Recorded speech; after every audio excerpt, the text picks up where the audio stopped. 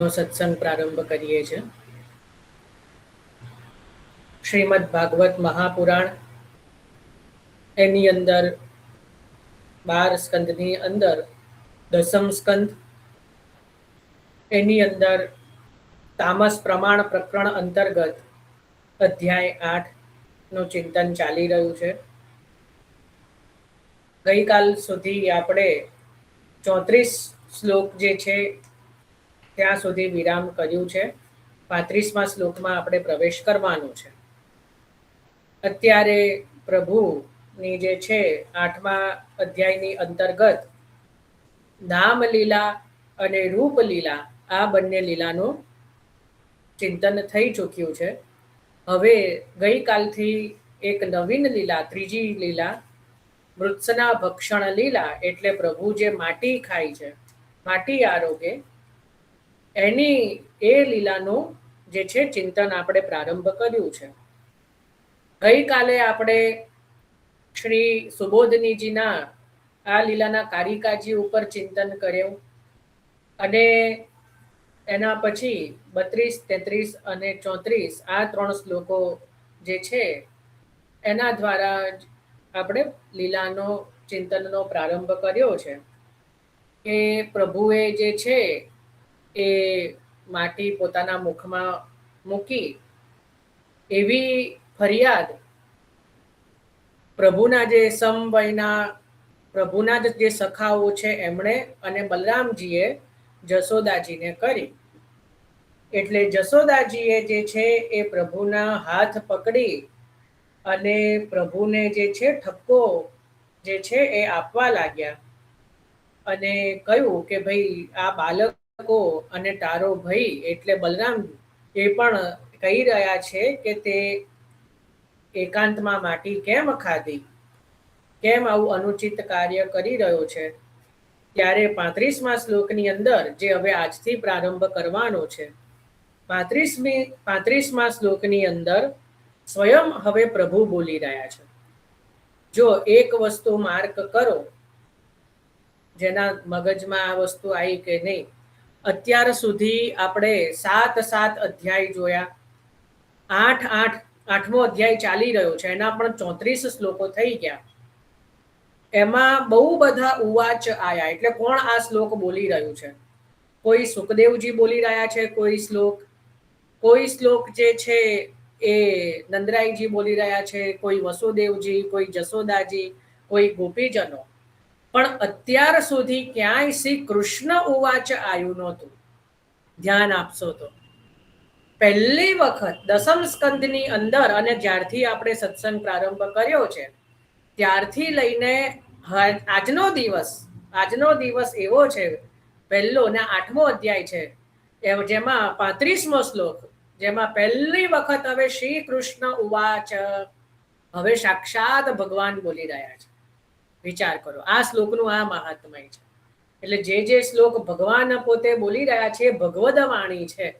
આમ તો આખું શ્રીમદ ભાગવતજી જે છે એ ભગવદ વાણી જ છે, કારણ કે સુખદેવજીના હૃદયમાં બિરાજમાન થઈને ભગવાને જ જે છે આ કથા કહી છે. એટલા જ માટે વ્યાસસ્સ સમાધિ ભાષા, એટલે જે વેદવ્યાસજીને જે સમાધિમાં જે અનુભવ થયો એ જ શ્રીમદ ભાગવતજી કહેવાય છે. એટલે મહાપ્રભુજી તો શ્રી ભાગવતજી એવો શબ્દ નથી વાપરતા, વ્યાસજીની સમાધિ ભાષા. એટલે સમાધિમાં જે આપે ગ્રંથ લખ્યો, જેમને સાક્ષાત અનુભવ થયો, જે રીતે આપણે ત્યાં શ્રી વલ્લભાખ્યાન ગોપાલદાસજીએ ગાયું એમ કહેવાય, પણ વસ્તુતઃ શ્રી ગોસાઈજીએ હૃદયમાં પ્રવેશ કરીને પોતે જ ગાયું, ગોપાલદાસજીને નિમિત્ત બનાવીને. એ જ રીતે અહીંયા પણ વેદવ્યાસજી અને સુખદેવજી નિમિત્ત બન્યા છે. સ્વયં ભગવાન જ કહી રહ્યા છે, તેમ છતાં પણ ભગવાન તો કહી જ રહ્યા છે, તેમ છતાં એ ભગવાન જે કહી રહ્યા છે એની અંદર પણ જ્યારે પોતે પોતાની વાણી પ્રગટ કરી રહ્યા છે, એટલે એનું મહાત્મય વધી જાય. એટલે આજનો દિવસ એટલા માટે થોડો વિશેષ યાદગાર છે, કારણ કે આજે પહેલી વખત જે છે એ શ્રી કૃષ્ણ ઉવાચ આપશે અને આયુ છે. બરાબર. એટલે અત્યાર સુધી તો બહુ બધાના શ્લોકો જે છે ઉવાચ જોયું, પણ આજે તો સ્વયં ભગવાન શ્રી કૃષ્ણ ઉવાચ શું કહી રહ્યા છે? નાહમ ભક્ષત વાન્બ સર્વે મિથ્યાભીશંસિનઃ યદિ સત્યગિરસ્ત્રહિ સમક્ષમ પશ્ય મે મુખમ. આ જે શ્લોક છે એ સ્વયં ભગવાન બોલ્યા. શું કહ્યું કે હે માતા મેં માટી ખાધી નથી. આ સર્વ જે છે એ ખોટું બોલનારા છે. જો સાચું બોલતા હોય તો આપ મારું મુખ પ્રત્યક્ષ જુઓ. એટલે હવે આપ મારું મુખ જુઓ. આ મેં કોઈ માટી ખાધી નથી. એટલે આ જે કહેનારા છે એ બધું ખોટું બોલનારા છે. જો અહીંયા પણ એક વસ્તુ છે ને, ભગવાન એવું નથી કહેતા કે મેં માટી નથી ખાધી. માટી તો આપણે જોડ્યું છે શ્લોકના કારણે. ભગવાન એવું કહે છે કે મેં કંઈ ખાધું નથી, મેં કંઈ ભક્ષ્ય, એટલે હું આરોગ્ય નથી.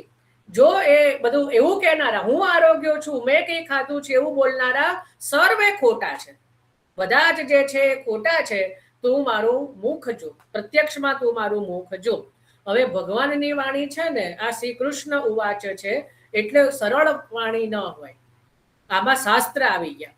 મહાપ્રભુજીએ તો આ એક જ શ્લોક ઉપર 6 પાનાની ટીકા લખી છે. 6 સુબોધનીજીની અંદર. કારણ કે શ્રી કૃષ્ણ ઉવાચ આવ્યું ને એટલે ભગવાનની વાણી છે. કેટલા બધા શાસ્ત્રોનો ત્યાં પ્રમાણો આપ્યા. કારણ કે ભગવાન એવું કહે છે હું ક્યારે કશું ખાતો નથી, હું કંઈ ખાતો નથી. એટલે હવે મહાપ્રભુજી આખી ત્યાં એક રીતે કહીએ બહેસ થઈ રહી છે. શાસ્ત્રના પ્રમાણ આપી રહ્યા છે કે ભગવાન અહીંયા શું કહેવા માંગે છે. એટલે પહેલું તો આપણે સમજવાનું એ છે કે જો કદાચ ભગવાને માટી ખાધી, મુખમાં મૂકી, તો આપણે ગઈકાલે જ મહાપ્રભુજીએ આપણને જણાવ્યું કે પોતાના માટે નથી ખાધી. પોતાની અંદર રહેલા જે 16,000 બાળકો છે એમનું ત્યાં મન શુદ્ધ કરવા માટે એ આપે પોતાનું ચરણામૃત લીધું છે. પોતે જ પોતાનું ચરણામૃત લીધું છે. કારણ કે મનની શુદ્ધિ ચરણામૃત વગર થઈ શકે નહીં. આ ચરણામૃતનું મહાત્મય છે કે ભક્તોના મનની શુદ્ધિ કેવલ ને કેવલ ચરણામૃત જ કરી શકે. બરાબર ને? ચરણ પંકજ રેણુ શ્રી જમુને જુદેની કલજુગ જીવ ઉદ્ધારણ કારણ કાટત પાપ અબધાર પેની. જે વસ્તુ ભગવાન સ્વયં નથી કરતા તો એમને પોતાનું સામર્થ્ય શેમાં મૂક્યું છે? તો પોતાના નામમાં મૂક્યું છે. ભગવદ નામ અને પોતાના ચરણ રજમાં. આ 2 વસ્તુ એવી છે કે જે કાર્ય ભગવાન પણ સ્વયં નથી કરતા એ આ ભગવાનનું નામ અને ભગવાનની રજ કરે છે. ભગવાનનું નામ શું કરે છે? તો કહે છે કે ભગવાનનું નામ એ જે છે એ ભગવાન સુધી મેળવી આપનારા છે. આ ડાયરેક્ટ ભગવાનને મળવા માટે જે છે એ મળી શકાતું નથી. પણ ભગવાનના નામનું મહાત્મય તો આપણે નામ લીલામાં જોઈ જ ચૂક્યા છીએ. બરાબર. અને હવે ભગવાનના જે છે ચરણ રજનું મહાત્મય છે કે પ્રભુની ચરણ રજ જે છે એના દ્વારા પ્રભુની અંદર રહેલા બાળકોને પણ શુદ્ધ કરવા માટે પ્રભુએ પોતાની ચરણ રજ લેવી પડે છે. પ્રભુ પણ એ રજનો આશ્રય લઈ રહ્યા છે. એટલે વિચારો કે ચરણ રજનું, ચરણામૃતનું મહાત્મય કેટલું. તો અહીંયા પણ હવે કહે છે કે હું કશું ખાતો નથી. એટલે કારણ કે પ્રભુએ પોતાના માટે નથી કીધું. એટલે જે છે એ વાત તો પ્રભુની સાચી જ છે. પણ હવે શાસ્ત્રની દ્રષ્ટિએ અહીંયા બહુ મોટી બહેસ છૂટી કે ભાઈ ખરેખર ભગવાન કઈ આરોગ્ય છે કે નથી આરોગતા. આના ઉપર મહાપ્રભુજીએ બહુ જ બધી વાતો જે છે પ્રગટ કરી છે. કારણ કે અહીંયા પ્રભુ કહે છે કે જો કોઈ એવું કહેતું હોય કે આમણે કંઈ ખાધું છે, આ કંઈ આરોગ્ય છે, તો એ બધા ખોટા છે. એટલે અહીંયા કેવલ માટીની વાત નથી, કોઈ પણ અન્નની કે કઈ પણ એવો નૈવેદ્યની પણ વાત આવી ગઈ. ભગવાન કહે છે હું કાંઈ આરોગતો નથી, હું કાંઈ ખાતો નથી. એટલે હવે આ વાત પુષ્ટિ માર્ગીય સાંભળે તો પછી એવું થાય કે તો પછી આપણે જે બુંદી મોહનથાળ ને મઠડી બનાવીએ એ હવે કાલથી બનાવવાના કે નહીં. કારણ કે ભગવાન એવું કહે છે કે હું તો કંઈ ખાતો નથી. બરાબર. તો આટલી મહેનત કરવાની કોના માટે? બરાબર ને? તો પછી મિશ્રી સારી છે નહીં? જાગૃતિ બેન, મિશ્રી સારી, શું કામ આટલી મહેનત કરવી? એટલે મહાપ્રભુજી ત્યાં 2 પક્ષ બતાવી રહ્યા છે કે જુઓ અહીંયા ભગવાન જે કહી રહ્યા છે કે હું કંઈ ખાતો નથી એ સાચું છે. કારણ કે આપણે ગમે એટલો 56 ભોગનો થાળ ધરીએ તો એમાંથી કાંઈ ઘટે છે? પ્રભુ એકાદ બે લાડવા કઈ જે છે એ સંતાડે છે કે કઈ ઓછા કરે છે? બરાબર. તો આમ તો બધું બહુ લાંબુ આમાં શાસ્ત્ર ચર્ચા છે, એમાં હું નથી પડી રહ્યો, કારણ કે પછી કંટાળાજનક થઈ જાય. સરળ ભાષામાં હું સમજાવી દઉં કે ભાઈ ભગવાન કેમ એવું કહી રહ્યા છે કે હું કાંઈ ખાતો નથી. તો સમજો કે આપણા મગજમાં શું હોય કે આપણે જે પદાર્થ ખાઈએ એ ઓછો થાય. આપણી જોડે 2 રોટલી આપણી આગળ પડી છે, આપણે ખાધી, તો એમાંથી પછી 1 રોટલી ખાધી તો 1 જ રોટલી રહે. તો પછી મનુષ્યની વ્યાખ્યા પ્રમાણે આપણે કઈ ખાઈએ તો એ ઓછું થવું જોઈએ. શું પ્રભુને ભોગ ધરીએ છે એમાંથી કઈ ઓછું થાય છે? ન થવું જોઈએ. જો થતું હોય ને તો પ્રોબ્લેમ છે. 84 વૈષ્ણવની વાર્તામાં એક સુંદરદાસ માધવદાસની વાર્તા આવશે, જેની અંદર ત્યાં સુંદરદાસ તો કહેશે કે મારા ત્યાં તો હું જે મારા ભગવાનને ભોગ ધરું છું એ તો બધું ઓછું થાય છે.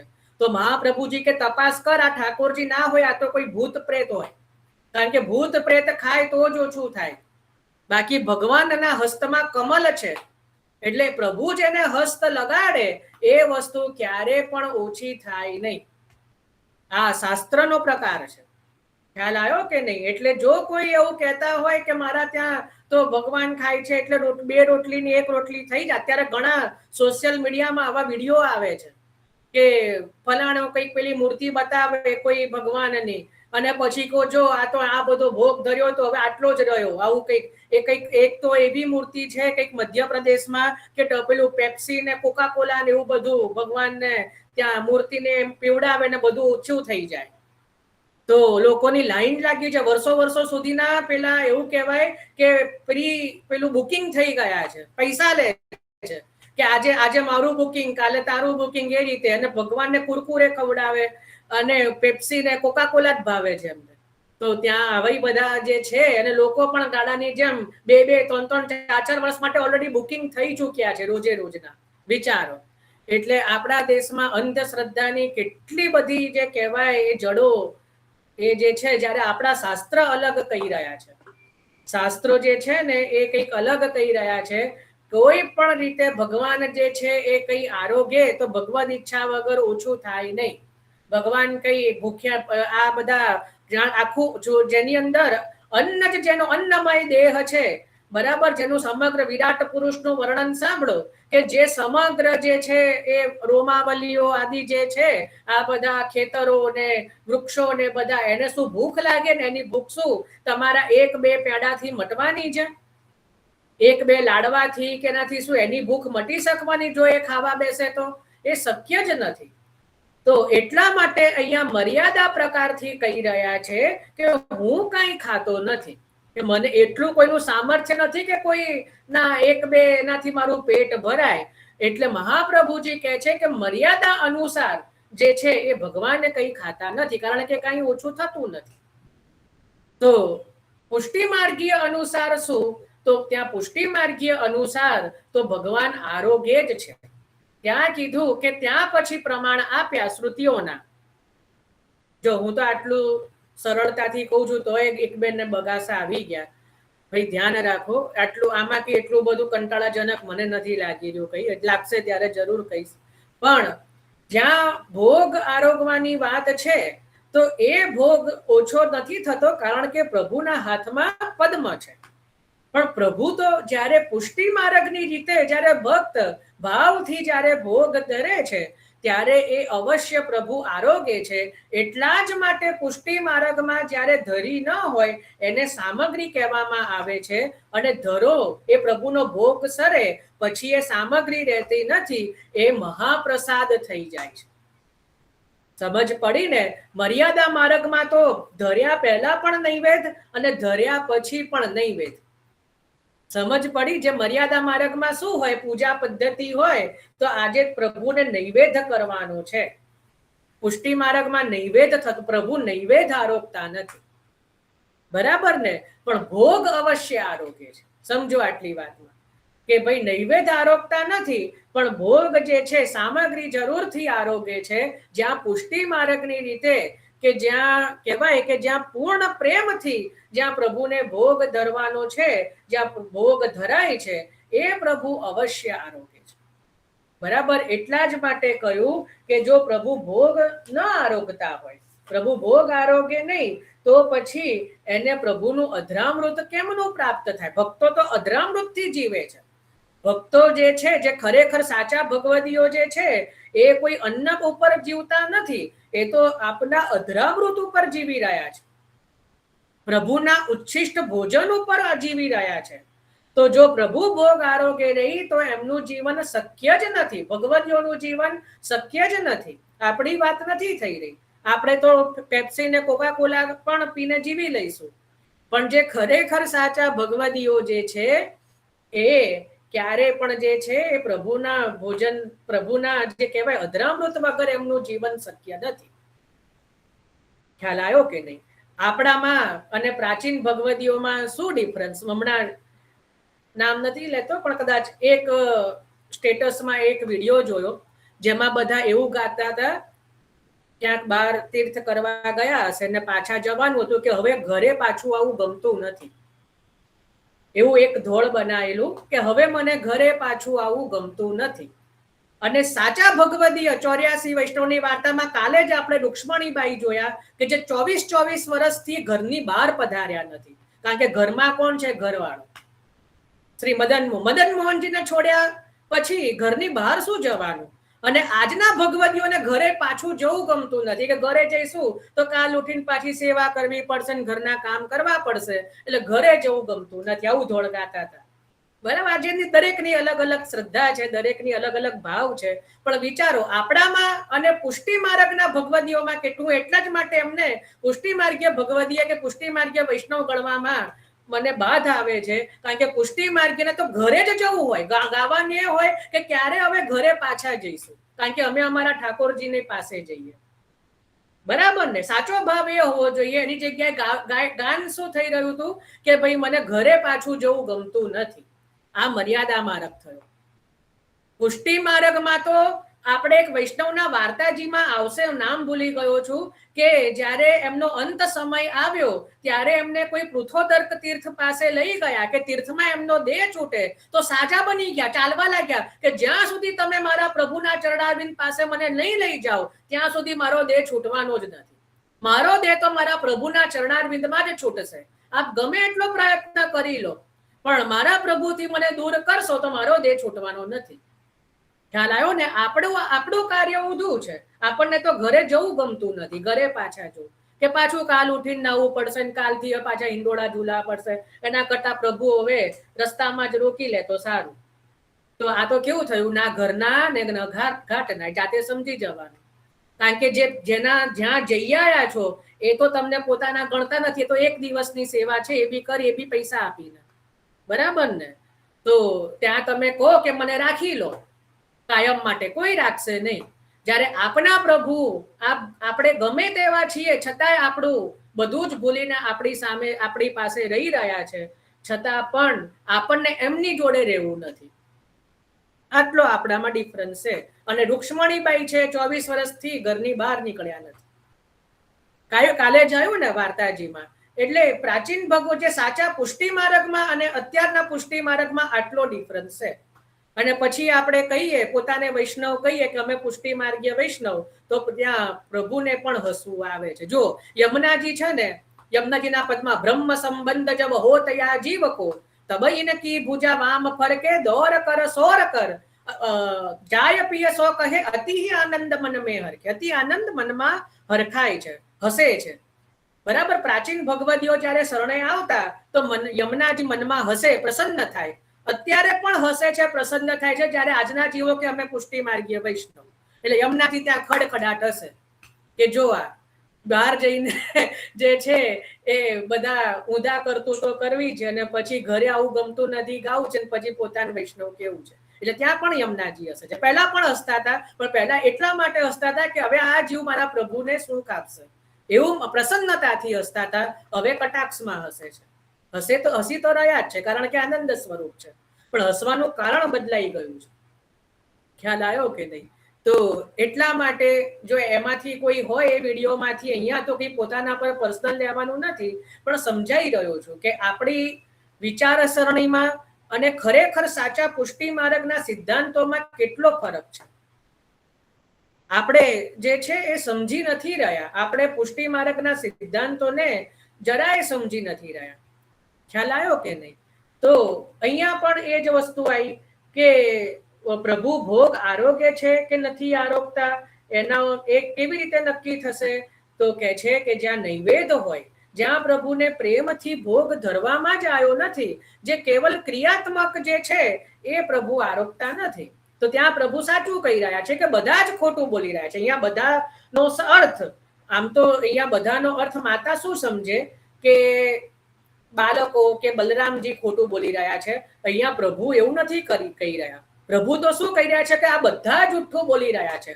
એટલે જો ક્યાંય વેદો પુરાણોમાં પ્રભુજી કહે કે જો કોઈ વેદ પુરાણ એના પછી ક્યાંય પણ કોઈ શાસ્ત્રમાં એવું કહેતું હોય કે આ ભગવાન જે છે એ ભોગતા છે, ભગવાન બધું ભોજન કરે છે, એ બધા જ જુઠ્ઠા છે. ભગવાન કહે છે કે એવા માયાવાદી શાસ્ત્રો જે છે કે જ્યાં એવું કહી રહ્યા છે કે આ ભોજન કરે છે, આ બધા શાસ્ત્રો ખોટા છે. મહાપ્રભુજી એવો અર્થ કરે છે. કારણ કે પ્રભુ તો અધ્યાહાર રાખે છે. પ્રભુ શું કહે છે કે મેં કાંઈ ખાધું નથી એવું કહેનારા, હું ખાઉં છું એવું કહેનારા બધા ખોટા છે. એટલે આ પ્રભુનું કેટલું ઉપરનું વાક્ય. અહીંયા કોઈ બાળકો, માતા શું સમજ્યા જશોદાજી કે અહીંયા બાળકો કે બલરામજીની વાત છે. પ્રભુ કહે છે કે જો કોઈ શાસ્ત્ર એવું કહેતું હોય કે હું આ ભોજન કરું છું, એ બધા જ જુઠ્ઠા છે. કેમ જુઠ્ઠા છે? કારણ કે હું ભોજન કરતો જ નથી. બરાબર, નૈવેદ્ય સ્વરૂપ હોય તો પણ હું એ આરોગતો નથી, અને જ્યાં સામગ્રી સ્વરૂપ હોય ત્યાં એ ભોજન કરે પણ કઈ એનાથી ઘટતું નથી, એટલે એને ખાધું એવું કહેવાય નહીં. ખ્યાલ આવ્યો કે નહીં? એટલે પ્રભુ કહેવાય ને કે જેમ સાગરમાં પણ પડે તો એ કોરા બહાર આવી શકે. બરાબર ને? તો બી આખા જેમ કહેવાય કે સમગ્ર પેલું જલની અંદર ડૂબકી લગાવે તો પણ કોરા વસ્ત્રથી બહાર આવી શકે. આનું પ્રમાણ પ્રભુએ માટી ખાધી પણ કે મેં નથી ખાધી, હું અસત્ય નથી બોલી રહ્યો. જો હું અસત્ય બોલતો હોઉં તો તું મારું જે મુખ છે પ્રત્યક્ષ જો, પોતે જ તું મુખ ખોલીને પોતે જોઈ લે. ખ્યાલ આવ્યો કે નહીં? તો આ રીતે અહીંયા 35મા શ્લોકમાં જે છે એ પ્રભુ કહી રહ્યા છે. ચલો હવે આમાં કઈ પ્રશ્ન શંકા હોય તો કહો. એક વૈષ્ણવે હેન્ડ રેસ કરેલો.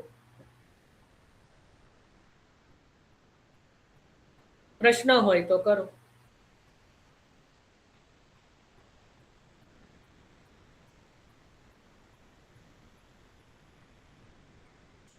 સારું, હવે નથી કહી રહ્યા તો વાંધો નહીં. તો અહીંયા આપણે 35મો શ્લોક જોયો કે હે માતા મેં માટી ખાધી નથી. એટલે અહીંયા માટી તો અધ્યાર છે, મેં કંઈ ખાધું નથી એવું કહેનારા સર્વ જે ખોટું બોલનારા છે, જે સાચું બોલનાર હોય તો મારું મુખ આ પ્રત્યક્ષ જુઓ.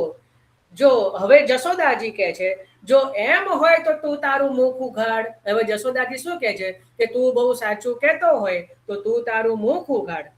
તો એમ મુખ ઉઘાડ એમ કહેલા જેમનું ઐશ્વર્ય ઘટેલું નથી તેવા અને ક્રીડા માટે જ મનુષ્યના બાલક બનેલા તે ભગવાન હરિએ પોતાનું મુખ ઉઘાડ્યું.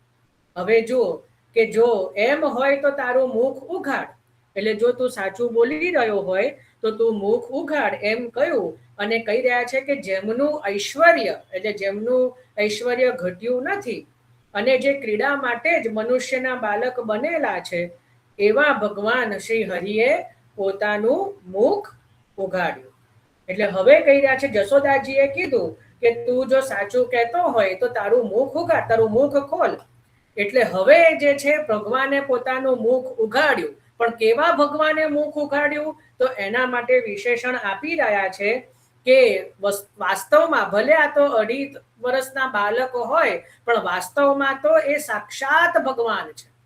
એટલા માટે કેવલ ક્રીડા માટે જ જે બાલક બન્યા છે, જે કેવલ લીલા માટે જ બાલક બન્યા હોવાથી એમના ઐશ્વર્યમાં કોઈ ખામી આવી નથી.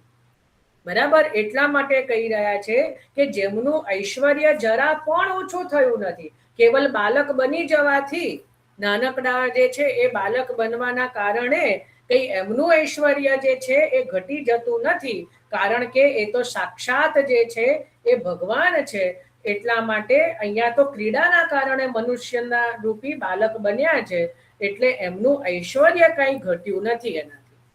એટલે જ્યારે પ્રભુને જશોદાજીએ કીધું કે જો તું સાચું કહેતો હોય તો તું તારું મુખ ઉગાડ, તું તારું મુખ ખોલ. અને ત્યારે આ પ્રભુએ જે છે પોતાનું મુખ જે છે એ ઉઘાડ્યું. બરાબર, પોતાનું મુખ જે છે એ પોતે પહોળું કર્યું. અને જશોદાજીએ જે છે એ મુખની અંદર ત્યાં શું જોયું એનું વર્ણન કરતા હવે આગળ કહી રહ્યા છે. એનું વર્ણન કરતા આગળ અહીંયા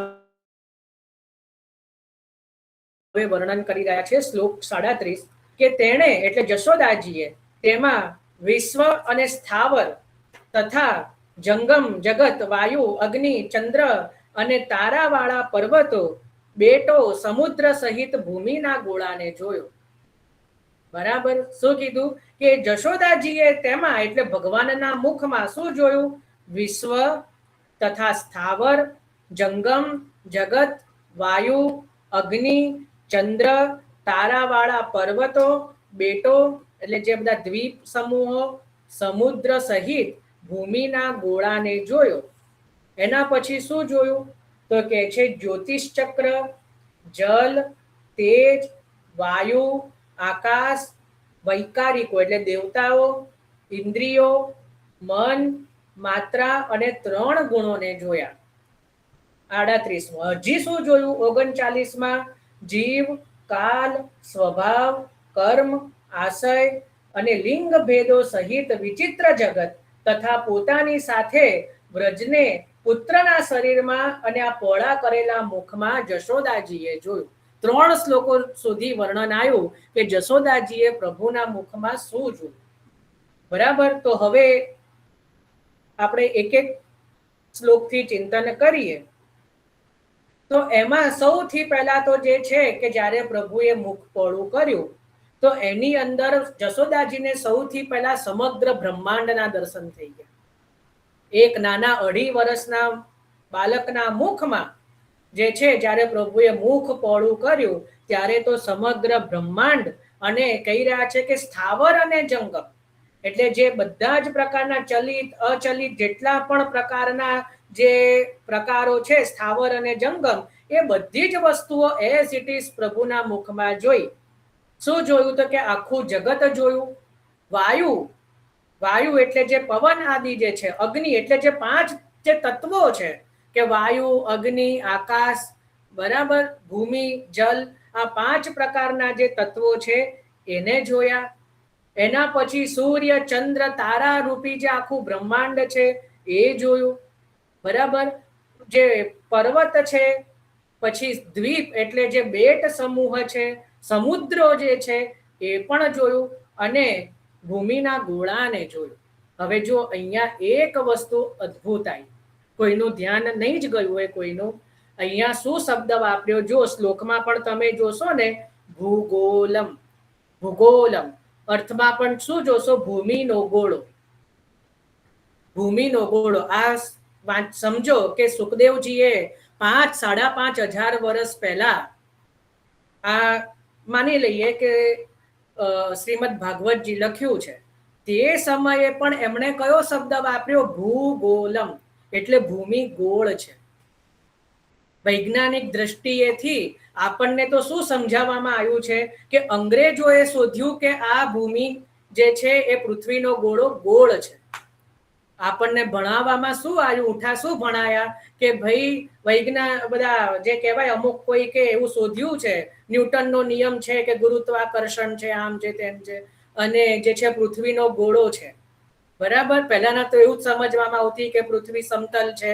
એ તો જે છે મલેચ્છોનો પણ એ પ્રકારે છે. પણ અહીંયા તમે જુઓ સ્પષ્ટ રીતે વર્ણન શબ્દ મળે છે ભૂગોલમ. 5,500 વર્ષ પહેલા પણ સુખદેવજી ભૂગોલમ એટલે ભૂમિનો ગોળો ગોળ છે એવું લખી રહ્યા છે.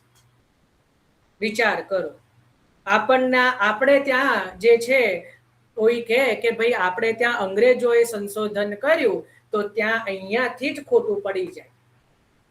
આપણે ત્યાં તો પહેલેથી જ ખબર છે આપણા ઋષિ મુનિઓને કે પૃથ્વીનો ગોળો ગોળ છે. પૃથ્વીનો એટલે જ ગોળો શબ્દ, ભૂગોલમ શબ્દ છે સંસ્કૃતમાં. ભૂગોલમ એટલે જે ભૂમિ ગોળ છે એને કહેવાય ભૂગોલ. આપણે ત્યાં ભૂગોળ સબ્જેક્ટ આવતો હતો, બરાબર, સમાજ શાસ્ત્રનું, એની અંદર ભૂગોળ શબ્દ, ભૂગોળ વિષય આવે. તો ભૂગોળનો અર્થ જ એ થાય કે ભૂ એટલે ભૂમિ અને ગોળ, ગોલમ એટલે જે ગોળ છે. એટલે આપણે ત્યાં તો આ પહેલેથી છે, આપણને કોઈએ શીખવાડ્યું નથી, આપણા શાસ્ત્રોમાં તો પહેલેથી છે. ખ્યાલ આવ્યો કે નહીં? એટલે અત્યારે જેટલી પણ વસ્તુઓ જે અંગ્રેજોની બતાવવામાં આવે છે, આ ક્યાંક ને ક્યાંક આપણા પુરાણોમાંથી જ ચોરેલી છે. એટલું છે કે એ લોકોએ આપણા દેશમાં આવીને આપણા વેદોનું, આપણા પુરાણોનો ડીપલી અભ્યાસ કર્યો, જે આપણે મૂકી દીધો. આપણે તો શું કીધું, મહાભારત ઘરમાં ના રખાય, નહીં તો ઘરમાં ઝઘડા થાય, એમ કરી અને મહાભારતને ઘરમાંથી કાઢ્યું. આપણે તો રામાયણ ન વંચાય, આપણે તો કૃષ્ણ ભક્ત છીએ, એમ કરીને રામાયણને પણ ઘરમાંથી કાઢ્યું.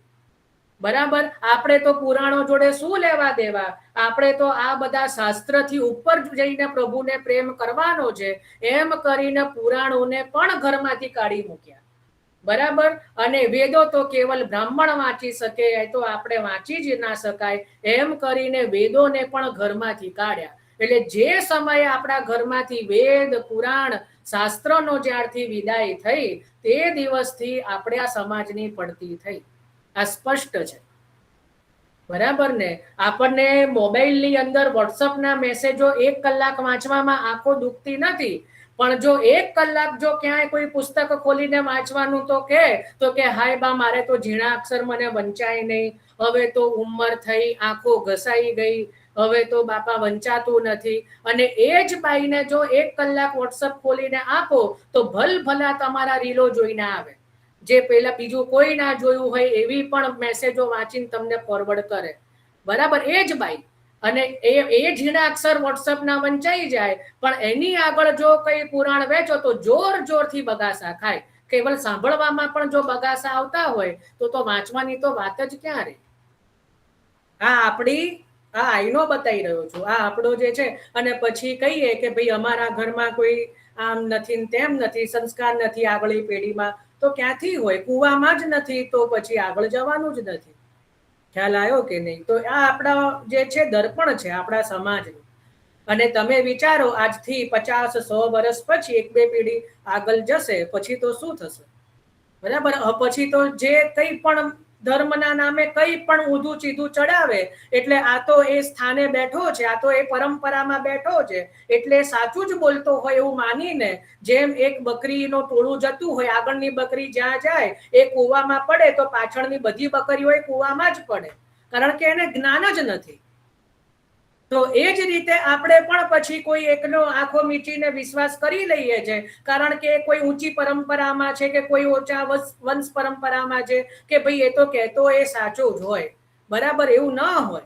એ તમને ઉઠા ભણાઈ રહ્યો છે, અને તમે ઉઠા એટલે ભણી રહ્યા છો કારણ કે તમને મૂળ ગ્રંથો તમે પોતે જ વાંચી રહ્યા નથી. તો તમે પોતે વાંચ્યા હશે તો તમે સામે પ્રશ્ન કરી શકશો કે ભાઈ અમારામાં મૂળમાં તો આચાર્ય આવું કહી રહ્યા છે, અત્યારે આપ ઉઠા કેમ ભણાઈ રહ્યા છો? અત્યારે આપ આવું ખોટી વાતો કેમ કરી રહ્યા છો? આચાર્ય ષોડશ ગ્રંથમાં આમ કહી રહ્યા છે, શિક્ષાપત્રમાં હરિરાયજી તો આવું કહી રહ્યા છે, એ તો ઘરની બહાર નથી જવાનું, કે તો ઘરમાં જ સેવા કરવાનું કહી રહ્યા છે, તો આપ કેમ ઉઠા ભણાઈ રહ્યા છો? તો એનું પ્રમાણ ક્યાં છે? વાર્તાજીમાં છે 84 વૈષ્ણવ 252, કોઈ વચનામૃતમાં કે ક્યાંય કોઈ શિક્ષાપત્રમાં, ક્યાંય કોઈ જે છે ષોડશ ગ્રંથમાં છે તો કે નથી. હમણાં જ એક ઉદાહરણ આપું. મને એક જણ એવું કીધું કે એવું હરિરાયજીએ કીધું છે કે ગામમાં ક્યાંય પણ કોઈ બિરાજતા હોય તો એક વાર તો દંડવત કરવા. બરાબર, આવું જસ્ટ એક સમજો, આવું ભ્રાંતિ ફેલાઈ છે, બરાબર નહીં આવી જોરદાર. એટલે શું છે કે પોતાનું પેલું એ રે. હવે તમે કહો હરિરાયજી આવું ક્યાં? હવે પાછું શું કે શિક્ષાપત્રમાં લખ્યું છે, બરાબર, જસ્ટ જનરલ છે. શ્લોક કાઢીને આપો, જાતે વાંચો, કયા શ્લોકમાં કયા શિક્ષાપત્રમાં હરિરાયજી, એક પણ નહીં મળે, જાતે જ વાંચી લો. હું તો નથી કહી રહ્યો. એક પ્રસંગમાં એ હરિરાયજીના પ્રસંગ એ પણ પ્રામાણિક નથી, એમાં હરિરાયજીનો એવો નિયમ હતો કે હરિરાયજી જ્યાં પણ પધારતા, કારણ કે હરિરાયજીના સમયમાં તો 84,252 ભગવદીઓ ઘણા બધા એ સમયે વિદ્યમાન હતા. અને હરિરાયજી જયારે પરદેશમાં પધારતા, હવે પરદેશમાં કોઈ પોતાનું નિધિ સ્વરૂપ લઈને થોડું પધારે, એ સમયે તો પરદેશ કરવો કેટલી મોટી વાત કહેવાય, બરાબર ને? કારણ કે ગાડાઓમાં જવાનું હોય, ચાલતા જવાનું હોય, એટલે પહેલાના બાળકો કેવલ વસ્ત્રજી પધરાવતા, વસ્ત્રજીને ભોગ ધરીને મહાપ્રસાદ લેતા. એટલે એ ગામમાં જો હરિરાયજીને જાણ થાય કે ભાઈ અહીંયા મહાપ્રભુજી કે ગુસાઈજીના નિધિ કોઈ વૈષ્ણવને ત્યાં બિરાજમાન છે, તો આપ એ નિધિ સ્વરૂપને ભોગ ધરીને પોતે મહાપ્રસાદ લેતા. આ પ્રકારનું વર્ણન આવે છે. કારણ કે પોતે પરદેશમાં પધાર્યા હોય એટલે એમની પાસે તો કોઈ સ્વરૂપ ન જ બિરાજતું હોય. એ તો કેટલાય મહિનાઓ સુધી પેલા પરદેશ કરતા હોય, એક જગ્યાએથી બીજી જગ્યાએ જવાનું હોય, પગપાળા જતા હોય, ગાડામાં જતા હોય, છે કે નહીં? એમને પરદેશ કરવો કેટલો અઘરો હતો એ સમયે. તો એટલા માટે જો જાણ થાય કે ભાઈ આ ગામની અંદર કોઈ 84,252 ભગવદીયના અંતર્ગત કોઈ ભગવદીયનો કે એમના વંશમાં કોઈ બિરાજે છે કે જ્યાં હજી પણ મહાપ્રભુજી ગુસાઈજીના નિધિ જે સચવાયેલા રહ્યા છે, સેવા થઈ રહી છે, તો પોતે સ્વયં પોતાના હાથે જે રસોઈ કરી અને ઠાકોરજીને ભોગ ધરીને પોતે લેતા. આ ક્રમ હતો. વિચારો, આને આપણે કેટલો મચેડી કાઢ્યો, આપણે આનો અર્થનો કેટલો અનર્થ થયો. અને એવું નથી કોઈના પર એ નથી કર્યો, આવું કરવામાં આવ્યો છે. તમારા બધાના મગજમાં આવું નાખવામાં આવ્યું કારણથી, કોઈ પણ પોતાના સ્વાર્થથી એવું નાખવામાં આવ્યું, બાકી આવું હતું નહીં. કેટલો તમે જુઓ, આ તમે હકીકત આજે જોઈ અને જે બધા સમજી રહ્યા છો એમાં કેટલો ડિફરન્સ છે. જાતે જ વિચારો. તમારાથી આ સત્ય છુપાવવામાં આવ્યું કે હરિરાયજી કેમ કોઈ ગામમાં જઈને ઠાકોરજીને ભોગ ધરતા. એવું નહોતું કે ગામમાં ઠાકોરજી બિરાજતા હોય. શું એ જયારે વિઠ્ઠલનાથજીની સેવામાં બિરાજતા હતા હરિરાયજી, તો શું તોય બધા વૈષ્ણવોના ઘરે જઈને ત્યાં દર્શન કરતા ને ભોગ ધરતા? શું એવું હતું? ત્યાં કેમ ના પાડો છો? ત્યાં કેમ નહીં? કારણ કે ત્યાં તો પોતાના માથે બિરાજતા ઠાકોરજીની સેવામાં હતા. સમજ પડી ને? એટલા માટે સમજો, આપણા માથે જે સ્વરૂપ બિરાજે છે એ જ મુખ્ય છે, બરાબર? એટલે કોઈ પણ પ્રકારના માયાવાદીઓ ભ્રાંતિ ફેલાવે એ બધું ખોટું છે. આ બધું અસત્ય બોલનારા છે. આ પ્રભુ જે કહી રહ્યા છે ને કે આ અસત્ય બોલવા વાળા છે, એના ઉપર હું કહી રહ્યો છું. આપણા માર્ગનું આ અસત્ય છે કે પોતાના પ્રભુને છોડીને બીજે જો. આ એક બહુ મોટું અસત્ય છે કે અમારા ત્યાં નહીં આવો તો નહીં ચાલે. એક બહુ મોટું અસત્ય છે. એવું કહેતા હોય કે ગુરુ બિરાજતા હોય કે ક્યાંય કોઈ બાલક બિરાજતા હોય તો જોઉં, તો શું આપના પ્રભુના મુખારવિંદ સ્વરૂપ મહાપ્રભુજી તો સદાય બિરાજે છે. આપ એમને નિત્ય દંડવત નથી કરી રહ્યા? તો કયા દિવસે આપે મહાપ્રભુજી દંડવત નથી કર્યા? અને મહાપ્રભુજીની અંદર તો બધા આવી ગયા. એટલે જો ક્યાંય કોઈ એવું કહેતા હોય કે અમારી પાસે નહીં આવો તો નહીં ચાલે, તો એ બધું સર્વ જુઠ્ઠું બોલનારા છે. ખ્યાલ આવે ને? આ જસ્ટ જનરલ કહી રહ્યો છું, બધાને સમજ. કારણ કે આવું મને પોતાને પણ કહેવામાં આવ્યું હતું સત્સંગમાં જ આ રીતે. પણ જ્યારે મેં મૂળ ગ્રંથોનો અભ્યાસ પ્રારંભ કર્યો ત્યારે મારી પણ એક પછી એક ગ્રંથિ છૂટી ગઈ. પછી મને પણ સત્ય સમજાવવા માંડ્યું. એટલે મને પણ થયું કે ના, ખરેખર સાચી વાત છે. અત્યારનો સમય, એમાં કોઈનો વાંક નથી, સમયનો જ વાંક છે. કારણ કે દરેક પોતાનું એવું ઈચ્છે છે કે બધા અમારી પાસે આવે, બધા થોડુંક જે છે અમારી આજુબાજુ રહે. તો એ સમયનો એ કાલમાં કોઈનો, એમાં મહાપ્રભુજીની જ ઈચ્છા એવી છે, કાલનો પ્રવાહ છે. પણ મૂળ સિદ્ધાંત એવો નથી. જો મહાપ્રભુજીના વાર્તા પ્રસંગમાં તો કેટલા બધા વૈષ્ણવો આવીને એવું કહેતા કે અમને આપની પાસે રાખો, અમે આપની સાથે જે છે આપની પરિક્રમામાં આપની સાથે રહીએ. મહાપ્રભુજી ના પાડતા કે એ તારો ધર્મ નથી. તારો ધર્મ ભગવદ સેવા કરવાનો છે. તમારે પ્રમાણ જોઈતું હોય તો એકા ક્ષત્રાણીના વાર્તાજીમાં છે, એના પછી એક રામદાસજી છે, એમના પણ વાર્તાજી ખુલશે, એમાં આવશે. તો મહાપ્રભુજીએ કીધું કે નહીં, અમારા જે 4-5 વૈષ્ણવની જેની જરૂર છે અમારી જોડે અમે રાખીએ છીએ, બાકી તો તારે તો ઘરે જ જઈને સેવા કરવાની છે. ખ્યાલ આવ્યો કે નહીં? એ સિદ્ધાંત તારો એ છે. તારે સેવા છોડીને, ઇવન નારાયણદાસ બ્રહ્મચારી જ્યારે પોતાના ગોકુલચંદ્રમાજીને ભોગ ધરીને આવ્યા, મહાપ્રભુજીએ શું કીધું? તૈરે ઘર કહા સમય હે? તારા ઘરે કયો સમય છે? શું ભોગ તું શું કરીને આવ્યો છે? કારણ કે અત્યારે તો સવારનો સમય છે, તારે સેવામાં આવવું જોઈએ. તો નારાયણદાસ બ્રહ્મચારીએ શું કીધું કે ભાઈ શૃંગાર ભોગ ધર્યો છે ખીરનો. મહાપ્રભુજી દોડ્યા કે પ્રભુને શૃંગાર તું ભોગ ધરીને આવી ગયો છે મારી પાસે? તો મહાપ્રભુજી દોડ્યા અને ત્યાં શું થયું કે ભાઈ ખીરમાં પ્રભુએ હાથ દોડીને જે છે પ્રસંગ, પણ ત્યાં પણ મહાપ્રભુજી તો સેવાને જ પ્રાધાન્ય આપે છે. ત્યાં શું કીધું કે તેરે વહાં કહા સમય, એવું ના કીધું આયો આયો મજામાં આય બેસ આપણે મજાક મસ્તી કરીએ, એવું કીધું. શું કીધું? તેરે ઘર કહા સમય, સવારનો સમય છે, તારે સેવામાં આવવું જોઈએ, તું શેનો અહીંયા દોડીને આવ્યો? તો કીધું શ્રૃંગાર ભોગ ધર કે આવ્યો, તો કે ચલ તારા ઘરે આપણે આગળની સેવાનો ક્રમ લઈએ. તો એ મહાપ્રભુજી છે અને એ ભગવદીઓ છે અને અત્યારનું જે છે એ તો બધા જાણે જ છે.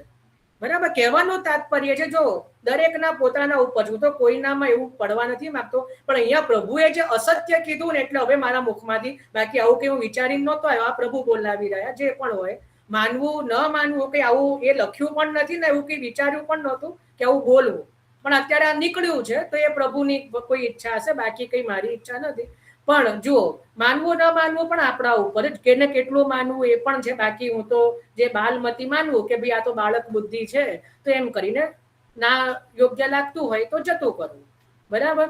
પણ જે સિદ્ધાંત જે છે એ આ છે, મૂળ સિદ્ધાંત. ખ્યાલ આવ્યો કે નહીં? તો અહીંયા ફરી પાછા આવી જઈએ. હા બોલો ભારતીબેન, આપનો હેન્ડ રહેશે. જય શ્રી કૃષ્ણ. મારે એક પ્રશ્ન પૂછવો હતો. હરિરાયજીના 40 શિક્ષાપત્રમાં 40મા શિક્ષાપત્રમાં હરિરાયજી વિષાદ કેમ વારંવાર કહે છે કે મારે વૈષ્ણવ નથી મળતા, મારે સત્સંગ નથી મળતું, મને એનું કારણ સમજમાં નથી આવતું. એટલે તમે વિચારો, એવું હરિરાયજી નહીં, મેં પહેલા પણ કીધું છે, શ્રી મહાપ્રભુજીના જે 16 ગ્રંથ છે એની અંદર એક ગ્રંથ છે નવરત્ન ગ્રંથ. નવરત્ન, જો કદાચ નામ સાંભળ્યું હોય કદાચ, તો એની અંદર પણ આવે છે નિવેદનમ તુ સ્મર્તવ્યમ સર્વથા તાદૃશૈ જનૈ, નિવેદનનું સ્મરણ કરવું તાદ્રશી જનો સાથે. આ આપણે પહેલા સત્સંગમાં લીધું છે. આ શ્લોકની ટીકામાં, આ શ્લોકની ટીકા ગોકુલનાથજી, આ ગ્રંથ ઉપર શ્રી ગોકુલનાથજી એટલે ગુસાઈજીના ચતુર્થલાલજી ગોકુલનાથજીએ ટીકા લખી, એમાં ગોકુલનાથજી લખી રહ્યા છે કે આજ જોઈએ એવા સત્સંગ લાયક વૈષ્ણવ મળતા નથી. હરિરાયજી તો એમની 2 પેઢી પાછળ થયા, બરાબર. ગોકુલનાથજી તો મહાપ્રભુજીની 3જી જ પેઢીએ થયા, મહાપ્રભુજી, ગુસાઈજી અને પછી ગોકુલનાથજી, બરાબર ને. અને હરિરાયજી તો એમની પછી આગળ થયા. તો ગોકુલનાથજી પણ નવરત્ન ગ્રંથની ટીકામાં લખી રહ્યા છે કે ભાઈ સત્સંગના નામે આજે દુસંગ મળવા બહુ સુલભ છે, સાચો સત્સંગ મળવો દુર્લભ છે. અને અહીંયા તો મહાપ્રભુજી તાદ્રશી વૈષ્ણવ સાથે જે નિવેદનનું સ્મરણ કરવાનું કહે છે, તો આ આજ્ઞાનું પાલન કઈ રીતે થશે? મહાપ્રભુજીએ નવરત્ન ગ્રંથમાં શું કીધું? નિવેદનમ તુ સ્મર્તવ્યમ સર્વથા તાદૃશૈ જનૈ, એટલે બધા વૈષ્ણવોનું એક કર્તવ્ય છે કે તાદ્રશી જનો સાથે પોતાના નિવેદનનું એટલે પોતાના બ્રહ્મ સંબંધનું સ્મરણ કરવું. આ વૈષ્ણવોનું નિત્યનું કર્તવ્ય છે. જેમ નિત્ય તમે સેવા કરીએ, આપણે નિત્ય પ્રભુના પાઠ કરીએ, નિત્ય પ્રભુની માળા કરીએ, એ રીતે આ એક નિત્યક્રમ મહાપ્રભુજીએ બતાવ્યો કે તાદૃશી જનો સાથે, એટલે જે તાદ્રશી સાક્ષાત ભગવદીઓ હોય એની સાથે પોતાના આત્મનિવેદન એટલે બ્રહ્મ સંબંધનું સ્મરણ નિત્ય કરવું.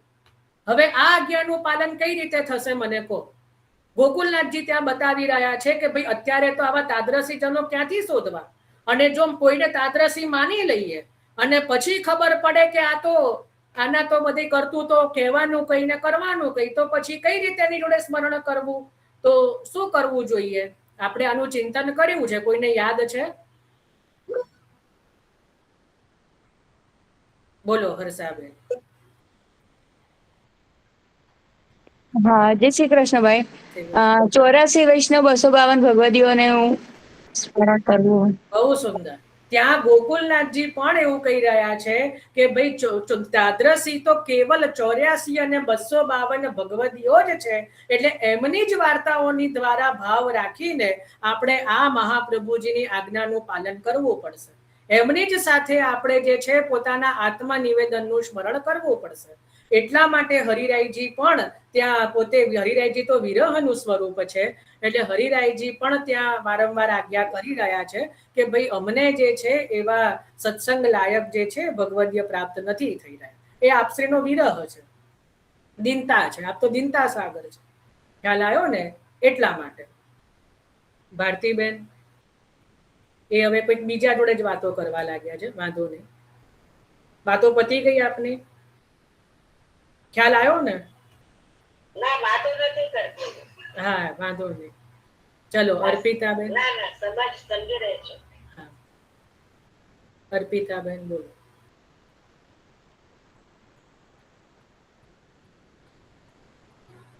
અર્પિતા હા હા અર્પિતાબેન નો હેન્ડ રેઝ છે. કઈ પ્રશ્ન છે? ના ના જય શ્રી કૃષ્ણ જયભાઈ. ના એ જ જવાબ હતો મારો. પેલા વૈષ્ણવે કીધું ને 84-252 વૈષ્ણવ, એ જ જવાબ હતો મારો બી. સુંદર સુંદર. ચલો તો હવે આપણે આગળ લઈએ કે જ્યારે પ્રભુએ પોતાનું મુખ ઉઘાડ્યું ત્યારે એની અંદર શું દર્શન કર્યું? તો કે છે કે વિશ્વ, સ્થાવર, જંગમ, જગત, વાયુ, અગ્નિ, ચંદ્ર, તારાવાળા પર્વતો, સમુદ્ર આદિ બધા ભૂમિના ગોળાને જોયા. એના પછી છે, હવે આ બધામાં બહુ એટલું મહાપ્રભુજીએ પણ વિવરણ નથી કર્યું, કારણ કે શું જોયું એમાં બહુ આપણને એમાં કઈ વાંધો નથી. પ્રભુએ જે દર્શન કરાયા, જ્યોતિષ ચક્ર એટલે સમગ્ર જ્યોતિષ મંડળ. અત્યારે આપણે જુઓ જ્યોતિષ જોવાના કોઈ જો વૈષ્ણવ થઈને કે જ્યોતિષ જોવું છે કે જ્યોતિષ જોવડાવા છે, પ્રભુના મુખમાં જ જ્યોતિષ ચક્ર છે. પ્રભુની મુખની સેવામાં જ જ્યોતિષ ચક્ર આવી ગયું. વિચારો વૈષ્ણવોને કયા જ્યોતિષની પાસે જવાની જરૂર છે? છે જરૂર? અહીંયા જો પ્રભુએ સાક્ષાત આખું જ્યોતિષ ચક્ર પ્રભુના મુખમાં બતાવ્યું, પ્રભુએ પોતાના મુખની અંદર. અને પ્રભુનું મુખ શું છે? યાદ કરો શ્રી મહાપ્રભુજી. આપણે તો મુખના જ સેવક છીએ. આપણે તો પ્રભુના મુખારવિંદના જ ચરણારવિંદના સેવક છીએ. એટલે તો આપણે તો વટથી આપણે કોઈની જરૂર નથી, કારણ કે જેના મુખમાં જ, એટલે આપણે તો મહાપ્રભુજીના ચરણારવિંદમાં જ આ બધું આવી ગયું. એટલે કે છે જ્યોતિષ ચક્ર, જલ, તેજ, વાયુ, આકાશ અને દેવતાઓ, ઇન્દ્રિયો, મન, માત્રા અને બધા જ ગુણો જે છે, અહંકાર, પ્રકૃતિના ગુણો, માયાના ગુણો, આ બધું જશોદાજીએ પ્રભુના મુખમાં જોયું. એના પછી કે છે કે જીવ, કાલ, સ્વભાવ, બધા જેટલા પણ પ્રકારના 84 લાખ પ્રકારના જીવો છે, એના પછી જેટલા પણ પ્રકારના કાલ છે, પછી જેટલા પણ દેવતાઓ છે, મનુષ્યો છે, દાનવો છે, આખું ભૂત, ભવિષ્ય, વર્તમાન, આ બધું જે છે એ સમગ્ર વિચિત્ર આદિ આખું જે જગત છે એને જે છે એને પ્રભુના મુખમાં જોયું. પછી તો ધીમે ધીમે જેમ આપણે પેલું જે કહેવાય ને કે દૂરબીનને નજીક લેતા જઈએ તો કેવું સ્પષ્ટ જોવા મળે. પ્રભુએ ધીમે ધીમે ધીમે દૂરબીન આગળ કર્યું તો પછી તો પોતાનું વ્રજ જ દેખાયું, આખું ને આખું વ્રજ. પાછું પ્રભુએ સેજ દૂરબીન કર્યું તો એમાં નંદાલય દેખાયું. એની અંદર પોતે જ પોતાને જોયા જશોદાજીએ, કે જે પ્રભુનો હાથ પકડીને ઊભા છે. પોતાના જ લાલનને પોતે હાથ પકડીને જશોદાજીએ જોયા. એટલે જશોદાજી ગભરાયા. જશોદાજી જે છે પોતાના જ પુત્રની, પોતાની જ સાથે પોતાના પુત્રને, એ પોતાના જ પુત્રના મુખમાં જોઈને જશોદાજી ભય પામ્યા કે આ કોઈ સ્વપ્ન હશે, દેવ માયા હશે, કે આ મારી બુદ્ધિનો મોહ હશે, અથવા મારા પુત્રનો કોઈ આ આત્મયોગ હશે, એમ જે છે એ મનમાં વિચારવા લાગ્યા. અને કે છે કે અતિશય મોહ પામ્યા. એટલે જે છે બુદ્ધિ ત્યાં ભ્રાંત થઈ ગઈ. પ્રભુના મુખારવિંદમાં કોઈની પણ થઈ જાય. જ્યારે આખું સમગ્ર બ્રહ્માંડનું દર્શન કર્યું તો જે છે ત્યાં બુદ્ધિ જે છે એ ભ્રાંત થઈ અને જે છે વિચાર કરવા લાગ્યા. તો આજનો દિવસ વિચારવા દે, કારણ કે પ્રભુએ માયા પ્રસારી છે તો કઈ એટલી જલ્દી થોડી કઈ એ થઈ જાય. તો ભલે વિચારતા, પ્રભુ કાલે એનો ખુલાસો કરશે. બરાબર? તો અહીંયા આપણે જે છે 39મા શ્લોક સુધી જે છે એ ચિંતન કર્યું છે અને કાલે આપણે 40મા શ્લોકથી પ્રવેશ કરીશું. હવે આ ચાલુ